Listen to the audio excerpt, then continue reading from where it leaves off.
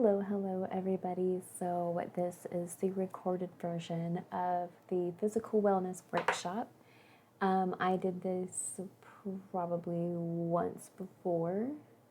It was with confidence coaching that I did, which you'll be seeing on this same page here as you're seeing this video. Anyways, I am Eradication writer. However, my real name is Sharissa. If you know me on Instagram, you know me as an Eradication writer. If you know me on Twitter, you know me as Eradication Lady. And I am let's actually get into it. I'm getting ahead of myself. Okay, so the agenda: nutrition, fitness, sleep, avoiding unhealthy habits, and creating balance. These are all factors of physical wellness that we kind of forget to shed some light on whenever we are like looking at our physical health.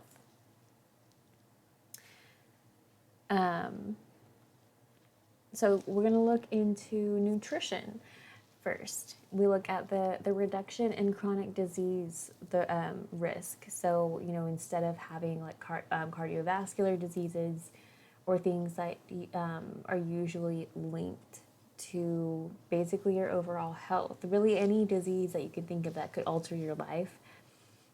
This is an aspect of what nutrition affects under our physical health, really. I know that my little picture is being cut off here, but I'll read it to you. It says, eating foods that help keep gut health aligned is important in many ways, such as reducing the risk of disease like cardiovascular disease. Like I said, cardiovascular disease is one of them. But there's a lot of different foods that are high in cholesterol or saturated fats and certain things like that, and those will end up clogging your arteries more than likely. So it's wise to be aware of the types of foods that you're eating and what your body's stats are telling you. If you have high cholesterol, there are certain foods that you could be eating less of and certain foods that you could be eating more of that can benefit you. Another aspect is that it promotes healthier living. The things that you introduce and you put into your body obviously kind of affect how your body works.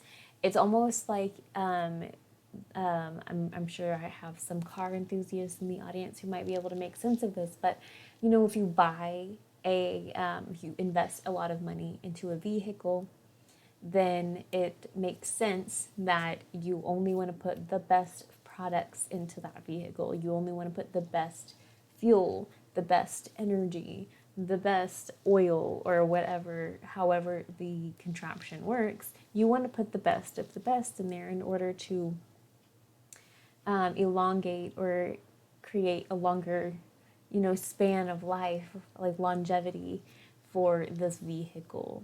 So think of our bodies as really important vehicles, that are getting us from point A to point B, particularly in our lives. Think of our life, your whole life journey. You want to keep it healthy and keep it feeling good. And so you want to give it only the best things that your body needs. And then finally, overall well-being, or overall better well-being. Our gut health is related to not only our physical health, but our mental health. So with everything, like some people might not want to be on like pharmaceutical meds, or they might want to try more holistic options before resorting to pharmaceuticals.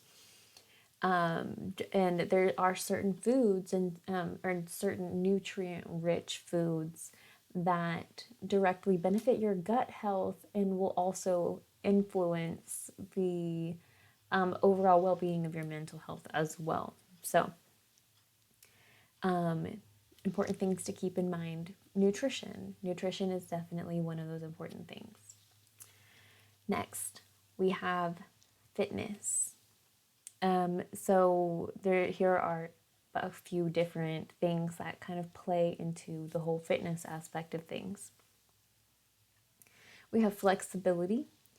So regular fitness is great for keeping you flexible. Not only is fitness good for you because it's good for the obvious, which we'll get into, but it's also good because it keeps the muscles, your muscles that keep you sitting up straight, the muscles that keep you able to walk upright, the muscles that are able to keep you being able to sit and stand and walk and talk and pick things up. And so the only way that you're keeping those muscles from basically atrophying is because you're stretching them. You're giving yourself activity to be able to keep the oxygen going. You're breathing, which is another aspect of why like your muscle health is also important. And that's why fitness is important, because obviously whenever you're working out, you're also breathing. And yeah, so then you're getting that oxygen. Okay, we got muscular strength and endurance. So fitness is great for building strength and getting oxygen to the muscles. Like I said, getting oxygen whenever you're working out, you're breathing, and especially if you know exactly how to breathe in through the nose and out through the mouth, you know that your nose works as, like your nostrils works as it's your body's own like air filtration system. So when you're breathing in through your nose, you're getting purified air that goes down into your lungs, and it enters through those capillaries, and it's helping transport those oxygen cells to the muscles in your body. So then that way you can wake up, you can be able to move easier, your muscles are going to be warmed up, and so you're going to be at the tip top of your game. Another aspect to look at whenever you're considering fitness and under your physical health, you have cardiovascular endurance, which is what my camera is covering up right now. But it's having a fitness routine, even a light one. It's really great for your heart health. So it goes back to the cardiovascular things that I was talking about under like nutrition. Cardiovascular, whenever you're thinking of that, that is in a direct relation to your heart, and basically like the circulatory system and how the heart reacts to the rest of your body, because the whole point of your heart is to pump blood throughout your body. You have to have blood pumping through your body to keep your organs working, to keep your organs functioning. That's why like having chronic diseases, especially diseases that affect your whole body, how it affects your whole body. I mean, if your body is not getting blood to a specific organ, then that organ's going to shut down, and then you're going to have issues. So cardiovascular endurance is probably one of the most important concepts when it comes to your fitness side of life. Again, it doesn't have to be like complex. It doesn't have to be like a 2 hour a day thing. Like the point is to get some activity, enough to like for your heart to be able to get its practice. Basically, it has to stay active to keep functioning. And then finally we have body composition. So basically fitness is important, making sure that your body is like built to withstand. You might notice like that some people might look a little odd because of like their proportions might be super off, and so it might just kind of throw off the whole idea of being in shape. Like, yeah, I mean, technically speaking, the person might be in shape, but their arms are like 5 times the size of their legs, or vice versa. And it's kind of off-putting, and it doesn't necessarily make sense. So fitness, like having a well-rounded lifestyle or at least a cardio regimen, will help keep things even. Okay, So let's move on to sleep. So sleep, there are a few different qualities. There's a few different aspects. So we have physical struggles, and I know here I am, I'm cutting things off again. The quality of sleep is a major factor that can heavily influence physical distress on the body, such as physical pain, insomnia, and other disorders. If you've ever noticed, if you've ever had bouts of insomnia before, and if you've ever gone like even just one whole night of not being able to sleep, how do you feel the next morning? I know it usually doesn't feel the best. Usually you feel very sluggish, like almost like you're in a fog.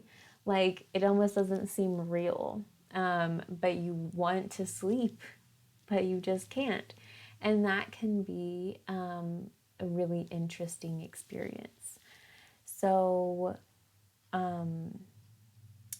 it can cause a lot of things like physical pain, even if you're not getting adequate amounts of sleep. Insomnia, like not being able to sleep, can just cause prolonged sections, like, or sessions of not being able to sleep. Like stints of like, okay, I haven't been able to sleep for 5 days, or I've been sleeping even too much. That's another thing we don't talk enough about. How you can also sleep too much. We can sleep not enough, but we can also not sleep enough.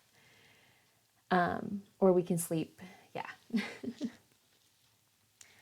But another aspect, or another thing that sleep affects that is related to physical health, is basically the mental health aspect of it.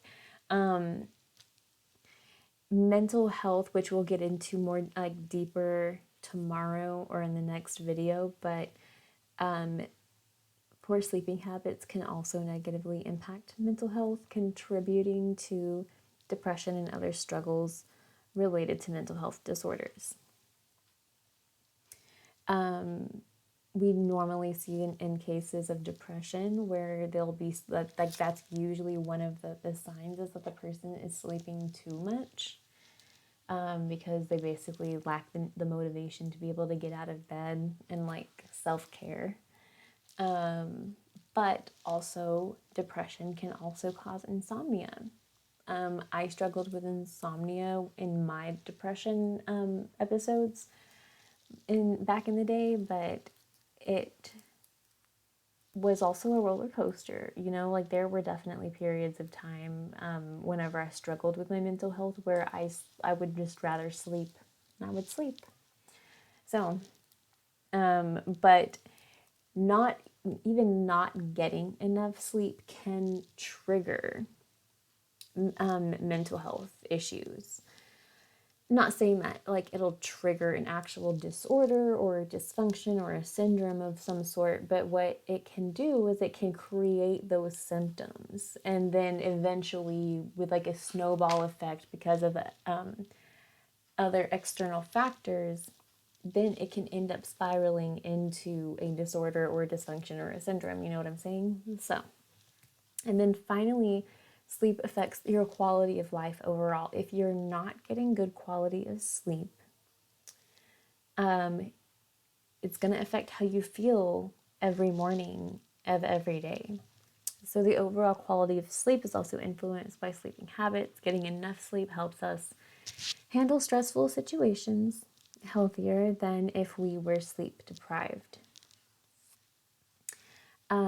Obviously, if you were running on like maybe 2 hours of sleep over the past 48 hours, you probably wouldn't be able to handle an emergency type of situation as aptly as you would have hoped. It would be probably very stressful. Your cortisol levels, without going to sleep, end up peaking. It ends up building and building and building and building and building. And so at some point you'll be stuck in like a fight or flight, and you're either just going to shut down at the sight of another problem, or you're going to go off the wall. and then it's going to be a difficult experience for everybody involved. So sleep is also another very important factor that affects our physical health. So we have nutrition, we have fitness, and we have sleep. What is next? With avoiding unhealthy habits. So here's a practice. Think of one unhealthy habit you currently have. You don't have to share it. Just think about it and imagine what you could improve about your life if you changed that unhealthy habit into a healthy one. Would it solve a money problem? Would it solve a health problem? Would it ease your stress or burden? What can you do to change that habit? So, I'll just share a little bit about like an experience that I've had that was pretty similar to, or this is basically how I started making bigger and better changes in my life. So, just think of like a basic habit, okay? Which here's like a simple one that I have overcome. So, smoking, like it's like smoking cigarettes. It was an off and on issue from the beginning of my adulthood all the way up until basically last year. And then there were some good stints in between where I would quit for like a good either few months to 6 months at a time, until finally like it was like last September that I just literally just didn't like it. Nothing tasted right about it anymore. And yeah, so when I think about how that could have changed my life, it solved a money problem. I looked at it as that my husband and us, we would be saving like an X amount of dollars every 2 weeks from not buying tobacco.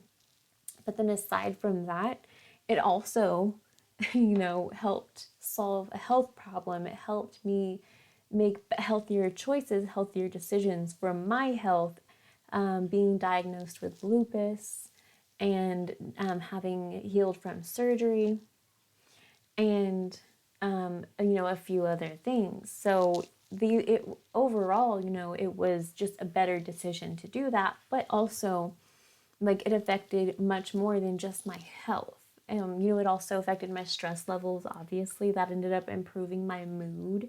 I very quickly noticed the way that I felt just each day, like waking up each day after smoking and after detoxing and basically breaking that whole entire habit.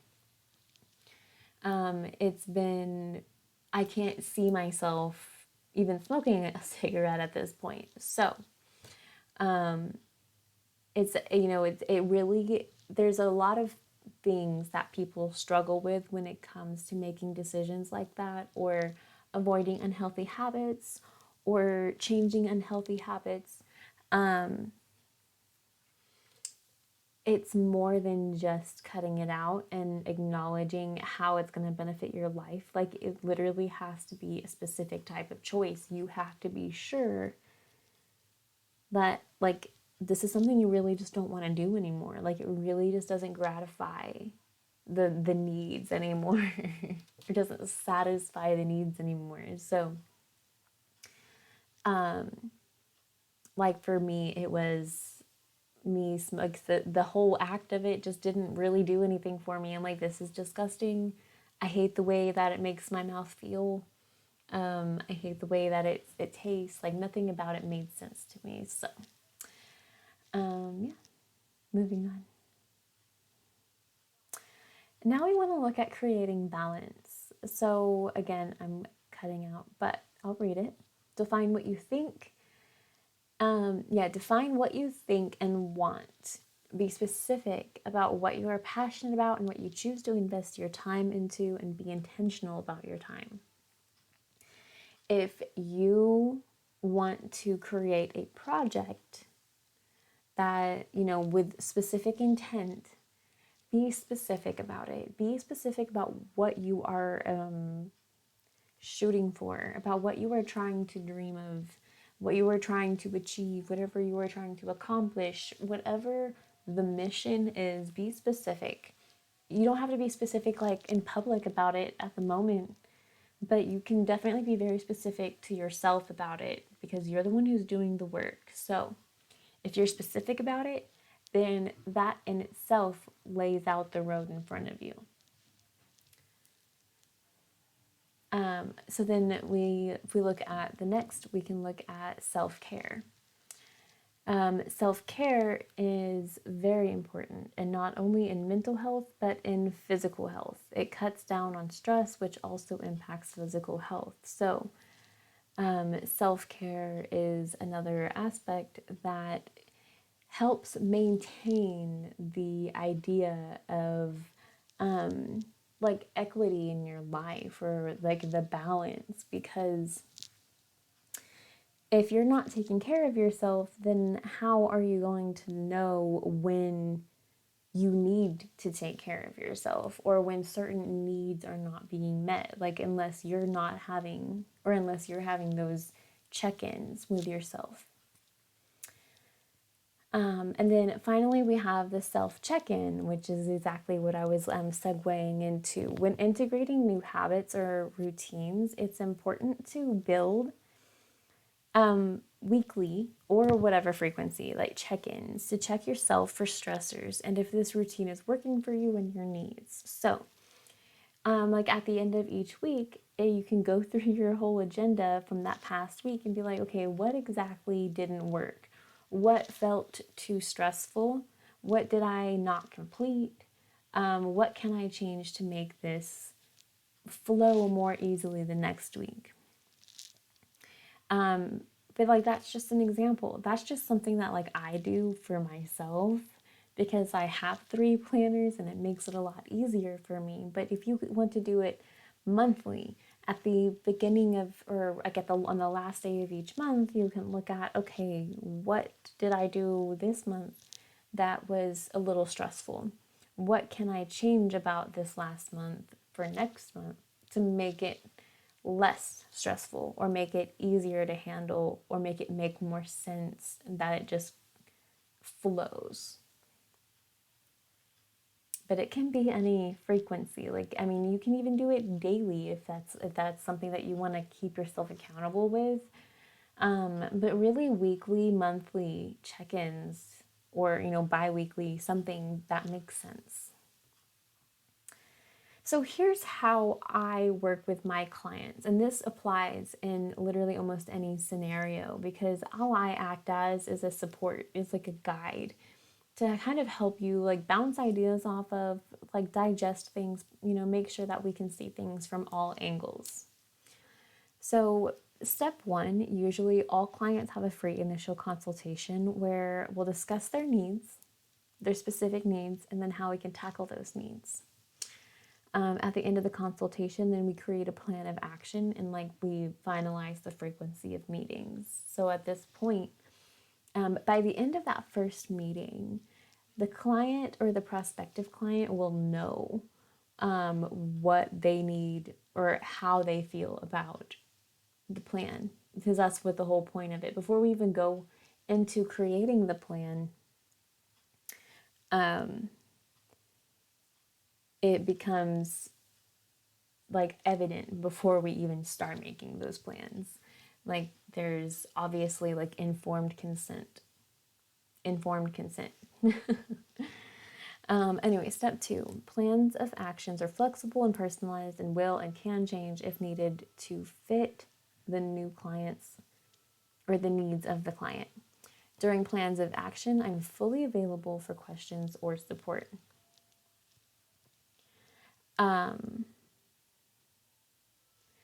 This is something that I feel is very necessary, and like everywhere should have this type of flexibility, and I'm sure that it's becoming more normalized now. But life happens and goals change. And if you're like me, you probably follow a specific type of calendar. You might follow certain astrological like happenings in the universe, and I don't judge on that. And I am completely okay with that. If you need to adjust your goals, if anything needs to happen, like that needs adjusting, flexibility, or any sort of change or frequency or any of that, that I'm completely open for that, and I encourage it if you feel like you're not seeing results. Step 3, completion or continued service. If your goal is met, you have the option of continuing with as needed coaching or with with another goal. Or you may contact me in the future, or if your goal is not met within a specific amount of time, then we can extend your plan if necessary. If you're not satisfied with the services, we can talk about ways that we can make sure to get these goals or these needs met. If we need to do a referral type of situation, then we can completely come up with something together. If obviously this is not therapy, this is literally just coaching, this is guidance, this is basically an extra support, with someone who at least knows some of the psychological aspects of things. So there's ways that I can help you strategize your plans to achieve your goals. I'm like a strategist. You could think about it like that. But if a therapy type of situation is something that someone is looking for, I can also assist with making sure to get you to a proper place that will be able to help with that, like an actual licensed counselor or therapist, whatever you're looking for, I can help you make those connections. But yeah, I'm very open and flexible, and I just want people to know that they have a support, like a place of support. If any of this resonated with you, or you know anyone that this information could probably benefit, please send them my way. Here's my contact information. My email address is eradicationwellness@gmail.com. You can visit my website, eradicationwellness.com. My Instagram is eradicationwriter with no space, WRITER. And yeah, please feel free to share this video with anybody. Share it with your friends, share it with your coworkers, share it on your social media, whatever. Thanks. Thank you for tuning in. Thanks for the views. Make sure to give me a like and a follow and ring the bell for notifications. There will be a mental health wellness, like a mental health wellness workshop tomorrow, are being uploaded tomorrow. So if you enjoyed this and you want to see that, make sure you hit that bell. Thanks. Have a good evening.